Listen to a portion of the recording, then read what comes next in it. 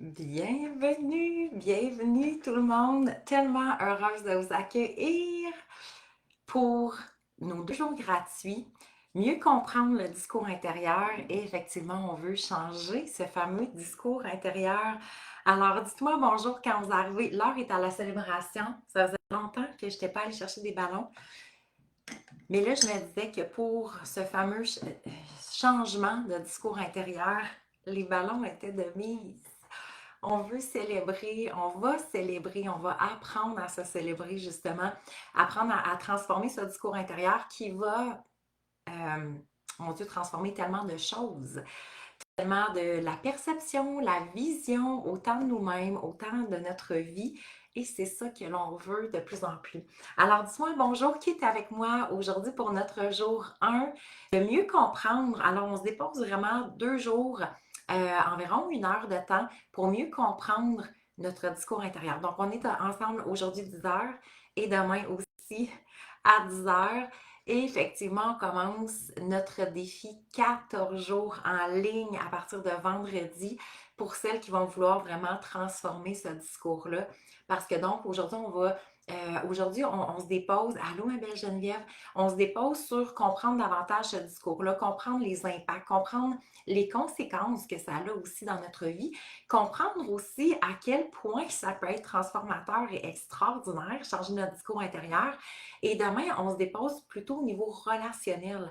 Donc, il faut comprendre que notre discours intérieur aussi impacte, a des conséquences, on va dire comme ça, euh, au niveau de notre relation à nous-mêmes, mais aussi au niveau des relations aux autres. Alors, allô, et là, je retrouve plein de merveilleuses. Allô, ma belle Martine, Josée, c'est drôle, on va être connectés. Je pensais à toi ce matin. Allô, Nadine, Micheline qui est là aussi. Alison, allô, tellement heureuse de vous retrouver. Alors, Josée, allô, tellement heureuse de te retrouver aussi, ça fait longtemps.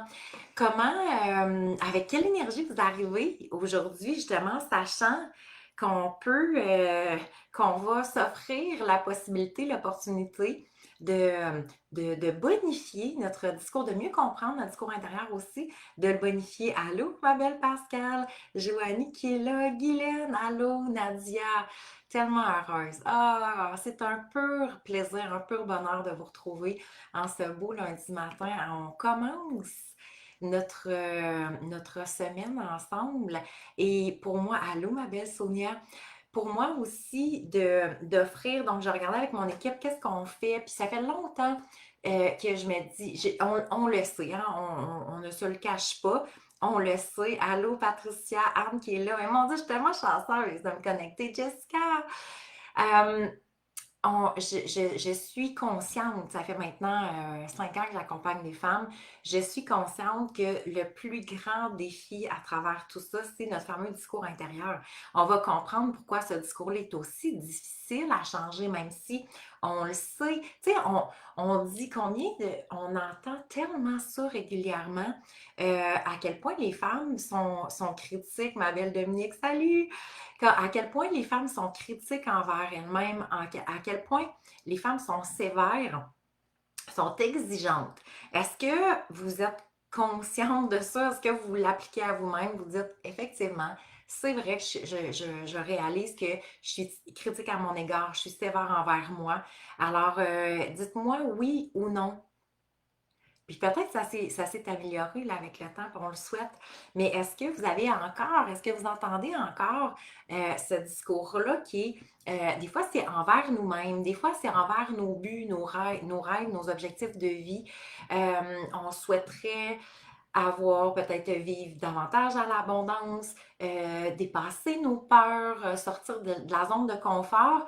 Puis en même temps, ça reste que c'est toujours ce discours-là, donc c'est toujours ce que j'entends qui va faire en sorte que je vais comme, oui, je vais y aller, puis je vais être heureuse d'y aller, ou je vais y aller avec peur, je vais y aller avec crainte, mon discours intérieur qui va me sous-estimer mes capacités. Donc, est-ce que c'est encore là, encore ce discours est présent? Oui, très intense, oui. Oui et non, ça dépend de la situation, clairement, effectivement. Ça dépend aussi comment, tu sais, il y a des moments où hey, on se sent bien, on a le sentiment qu'on peut déplacer des montagnes, puis dans le fond, c'est comme des fois, c'est comme, ouh, ça devient très lourd. Oui, critique envers moi-même et je commence à me donner de la douceur. J'aime ça entendre ça, je me critique toujours. Alors, vous voyez, tu sais, on est consciente de ce discours-là, mais qu'est-ce qui fait qu'il reste là? Qu'est-ce qui fait que ça plane encore, qu'il reprend le dessus, que je suis consciente d'une partie, bon matin, Cassandra, je suis consciente que oui, c'est là, mais effectivement, c'est comme entre le transformer, autant changer son discours intérieur, transformer les mots qu'on entend aussi. Alors, c'est ça qu'on va voir aujourd'hui. Parce que c'est quoi ce discours intérieur-là? De où qui vient? Pourquoi il reste aussi présent? Et on va commencer à s'offrir aussi des prises de conscience pour celles qui voudront poursuivre dans le 14 jours pour transformer notre discours intérieur. Alors, et en plus, on est comme dans une effervescence, l'été qui commence, ou qu'on souhaite qu'elle commence du moins, mais cette énergie-là de légèreté, on a effectivement notre niveau d'énergie augmente aussi.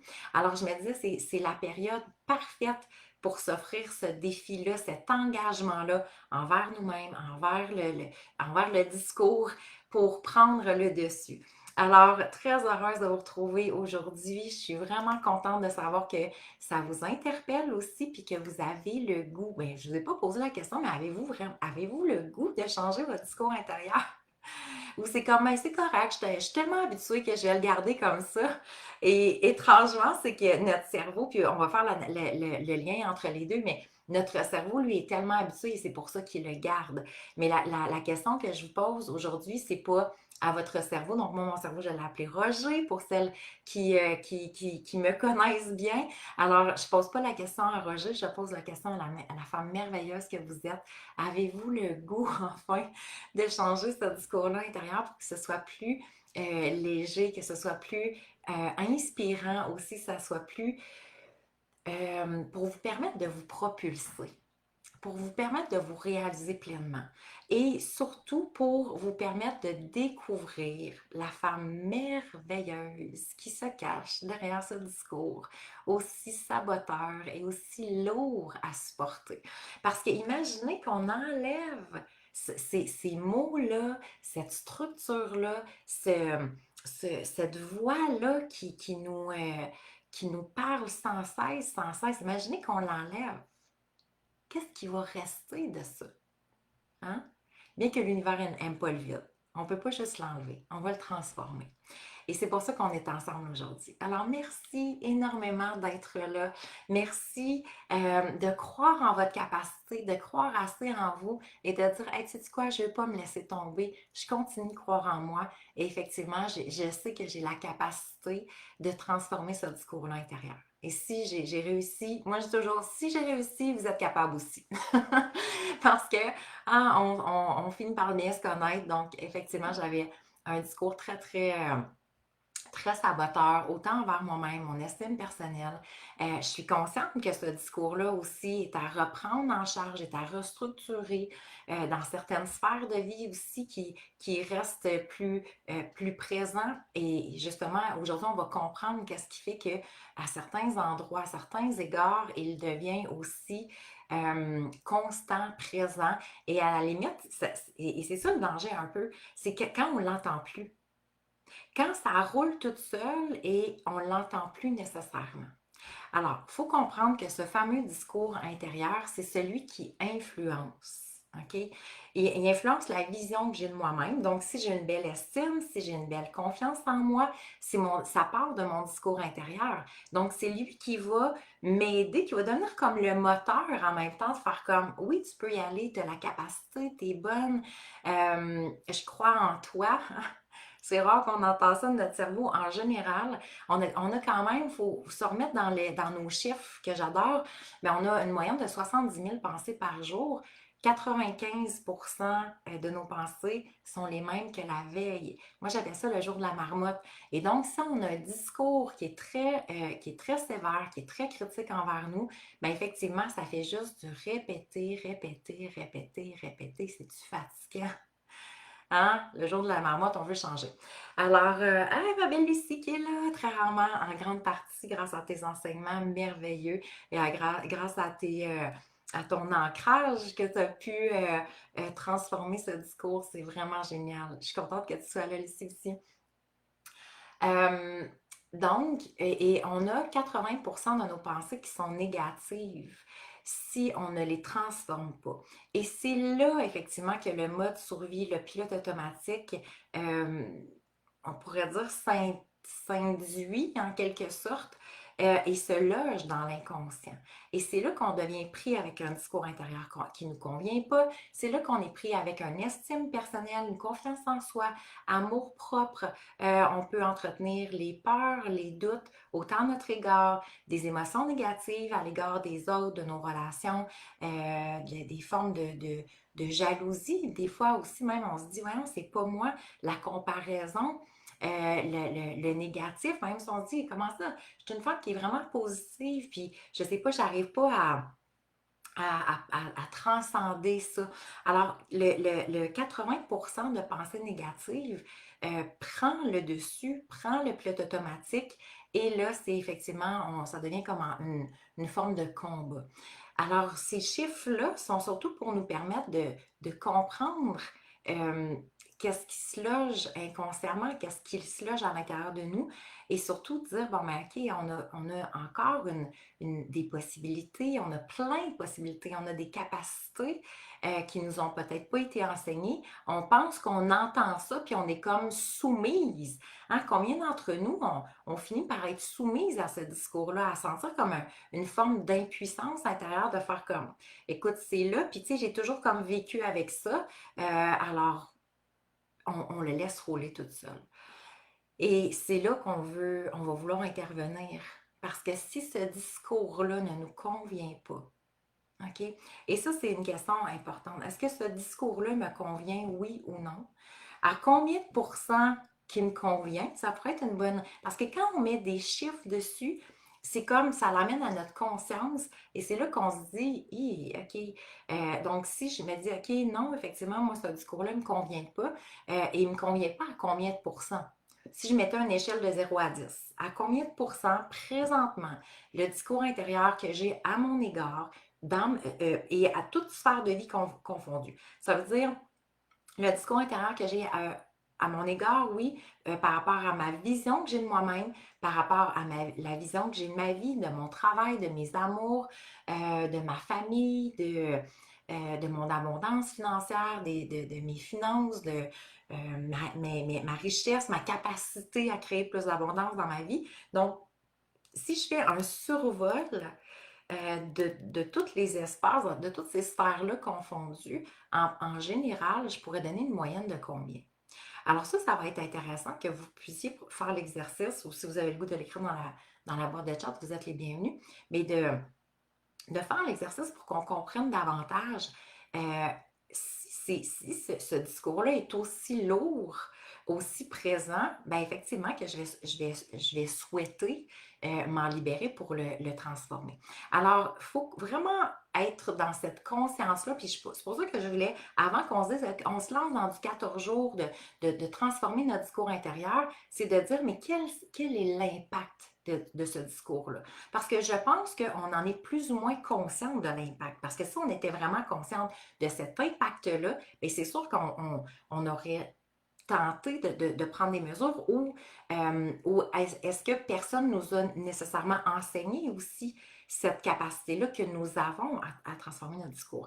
Donc oui, si effectivement je manque d'estime personnelle, je manque de confiance en moi, je me critique beaucoup, je suis très sévère envers moi, mais quel impact que ce discours-là qui roule sans cesse va avoir à court, moyen, long terme.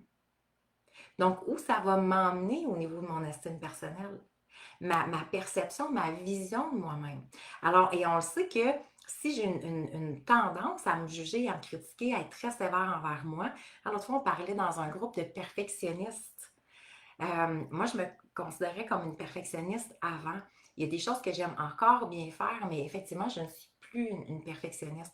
Sauf que les années où j'ai été dans cette perfection-là, c'est pas être douce envers soi, être perfectionniste.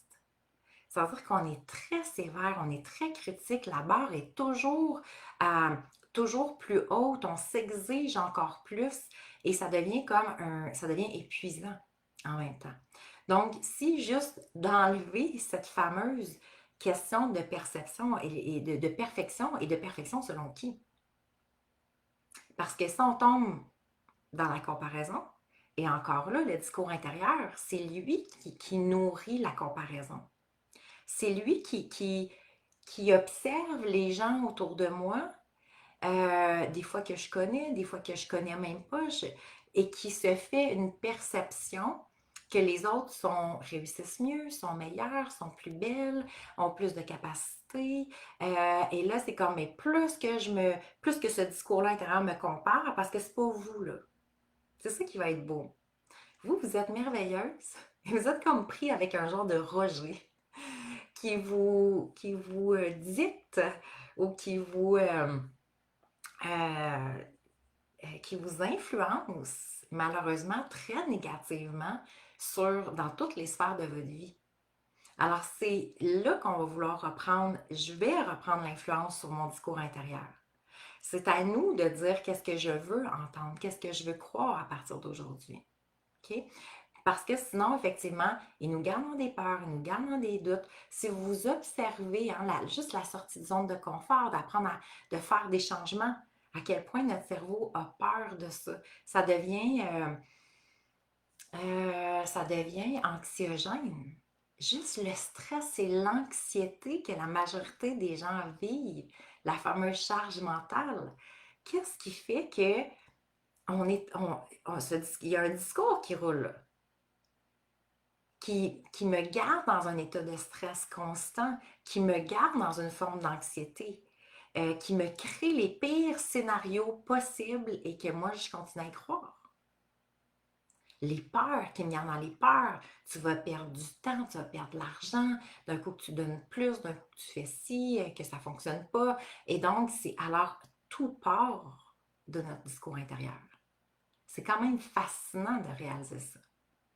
Donc, autant ce que je pense par rapport à moi, autant au niveau de mes relations, autant ma capacité à générer mes plus beaux rêves, autant mon acquisition d'abondance euh, financière ou d'abondance quelconque, mais ça part, tu sais, quand on parle de mindset, ça va partir effectivement d'un discours intérieur. Alors, et on n'a pas 18 options là. Soit que j'ai un discours intérieur qui me propulse, qui m'élève, ou j'ai un discours intérieur qui me sous-estime, qui critique, qui me garde petite. OK? Alors, où je me situe entre les deux? Est-ce qu'effectivement, quand je donnais une conférence, une partie de conférence l'autre jour, et je posais la question, qu'est-ce qu'on entend de ce discours-là? Combien d'entre nous, on entend tu es une femme extraordinaire. Continue de croire en toi. Je t'aime tellement, je suis tellement fière de toi. Tu as des capacités extraordinaires. Combien de fois on entend ça dans une journée? Souvent zéro. Donc, on a notre discours, c'est que, tu sais, si on considérait notre discours comme un coach, c'est comme, écoute, je renvoie ce coach-là, c'est sûr, après même pas 5 minutes. De ce que j'entends, c'est quand, OK, tu me casses les oreilles, arrête de me diminuer, arrête de me critiquer, qu'est-ce que tu veux? C'est quoi ton intention? On lui poserait la question. Alors, ce discours-là, on va vouloir que ça devienne justement comme un coach pour nous. Effectivement, moi, je vais vous coacher pendant 14 jours à faire de votre rejet, votre cerveau, donner le nom que vous souhaitez, mais que ça devienne un coach qui soit là pour vous, qui soit là pour croire en vous, qui soit capable de voir vos forces et vos faiblesses, effectivement, mais qui vous soutienne, qui vous soutiennent pour ne pas avoir le sentiment quel est le plus grand danger quand mon discours intérieur ne me soutient pas? Je vais avoir besoin que d'autres personnes me soutiennent. Je vais avoir besoin qu'il y ait d'autres personnes qui disent Hey, je crois vraiment en toi, tu es vraiment bonne. Tu as la capacité pour. Let's go, continue. Hein, c'est la petite tape dans le dos. Mais si je n'ai pas la tape dans le dos, si je n'ai pas quelqu'un qui me supporte, si je n'ai pas quelqu'un qui me soutient, si j'ai pas l'entourage qui croit, qu'est-ce qui va arriver? Hein? Puis je le vois régulièrement. Les gens deviennent fâchés après les autres. C'est comme, mais tu m'encourages pas. Mais c'est comme, j'avais un rôle de la personne qui devait t'encourager. Est-ce que je dois croire plus? Souvent, on demande aux gens, hein, à observer, on demande aux gens de notre entourage qui croient plus que nous-mêmes, on croit en nous. On demande aux gens de notre entourage qui nous supportent davantage que nous-mêmes la capacité que j'ai à me supporter. Alors, on va chercher nos sources extérieures si je n'ai pas la capacité de le nourrir intérieurement.